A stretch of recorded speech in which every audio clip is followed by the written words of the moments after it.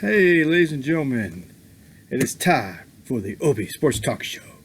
I'm your host, Obi, and we will cover the preview of the Ohio State versus Illinois game, which could be a jeopardy as we speak. They're kind of some players that were tested positive for the Buckeyes, but they say they're in isolation, so shall see. We don't know who the players are.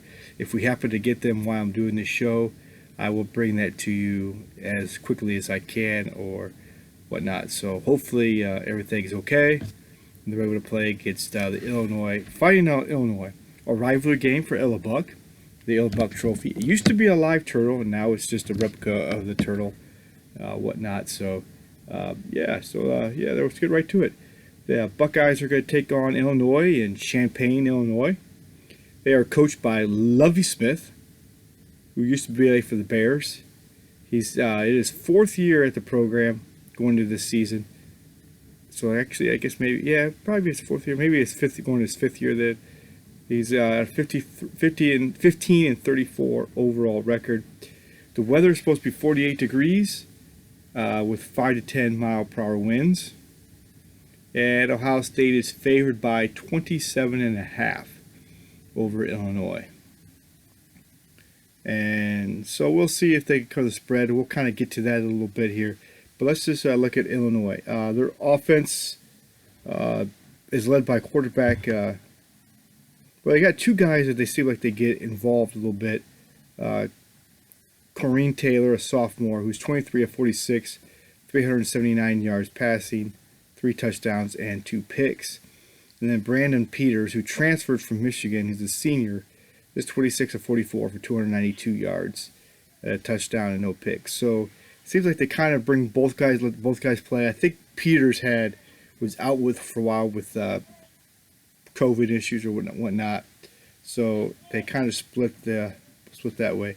They also split the running back position with Chase Brown and Mike Epstein, and pretty equal. And Chase Brown gets 61 carries, 357 yards, and 2 touchdowns. And Mike Epstein Jr. gets 55 carries, 338 yards, and a touchdown. So they kind of balance. It looks like they kind of play both running backs a little bit and probably both quarterbacks. And the receivers are Hightower and Josh Abertrobehea, who's got 15 catches, 215 yards, 2 touchdowns, and Hightower has 141 yards, a touchdown. And then their tight end got 12 catches for 174 yards. And the player to watch on their team is tight end Luke Ford. He's a young guy, and they're trying to get him involved a little bit, it seems like. And he's done an okay job. I guess he has 1 catch for 4 yards right now. But so he may be somebody to kind of watch out for. Maybe he might try to sneak up in there and try to make some big plays. Their kicking game is led by kicker James McCourt, who's 8 of 8 in extra points and 5 of 7 field goals. He's got a long of 47.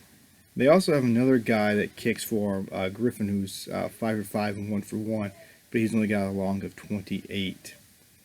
Their defense is led by linebacker Jake Hansen, who's got 44 tackles and a sack and 2 interceptions. Tony Adams, DB, 41 tackles. Tolson and Hobbs, 37-27.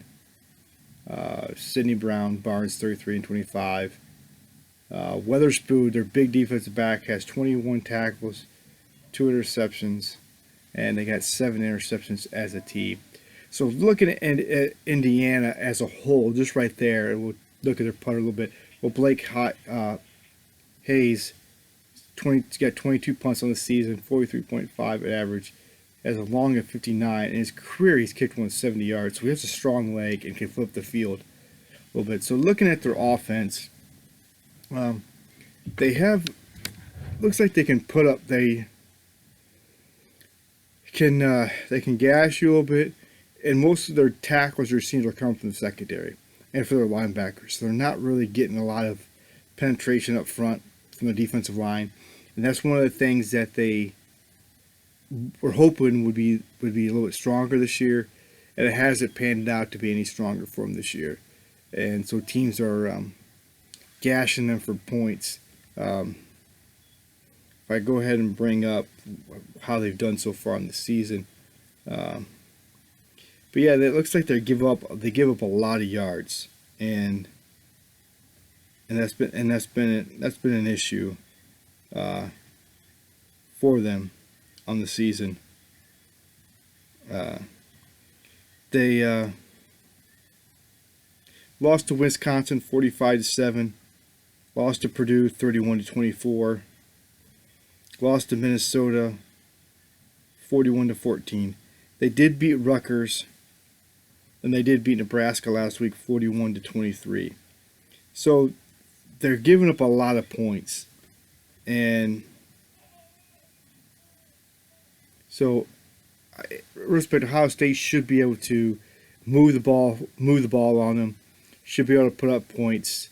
Talk about Ohio State probably has one of the best offenses, has two of the best wide receivers, and probably one of the best quarterbacks, and does have one of the best quarterbacks in the league.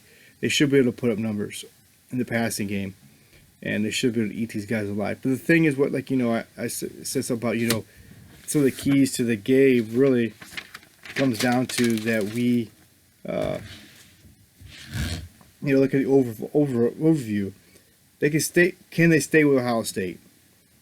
They showed success last year when they beat Badgers, but they were 7-6 last year. They need to figure they need to be balanced in their game on offense. They need to be able to run it and pass it.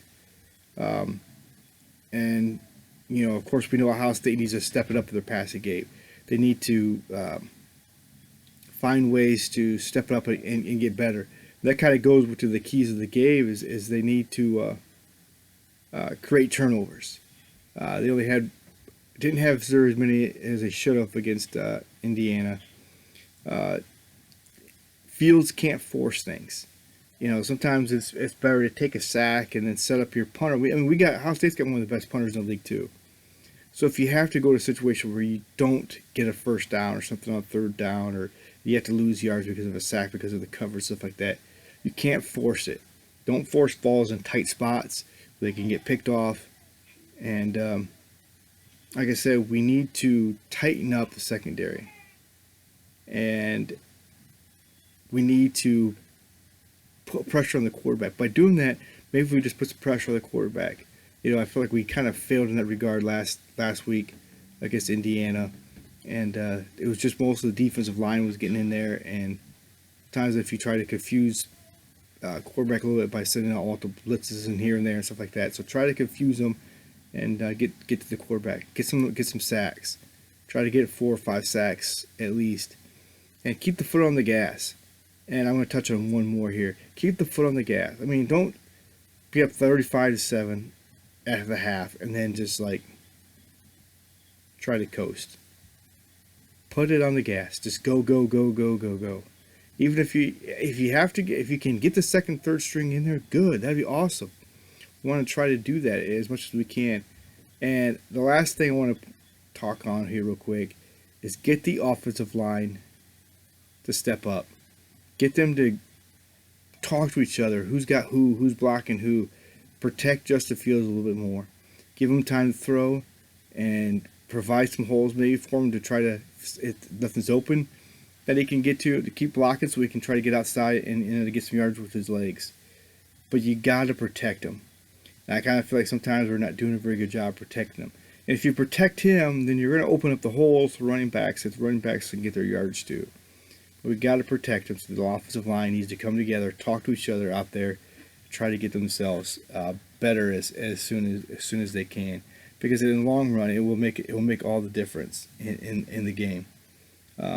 Is determine how well Ohio State actually plays against Indiana. I was looking to see if I've heard anything about those cases.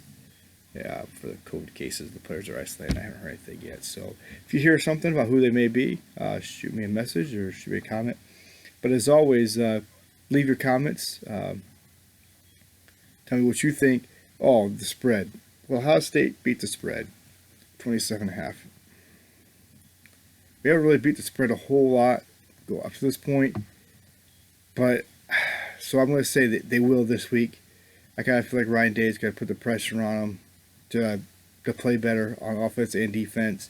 And I think Ohio State will beat the spread. I'll give you predictions later, probably on Saturday sometime. You'll see it on my Facebook feed. I'll have the prediction. But Ohio State will win over Illinois. I don't see any way they lose to Illinois. But just let me know what you kind of think. I guess the only way they lose is if COVID takes over and infects the play-in plan. So we'll see what happens.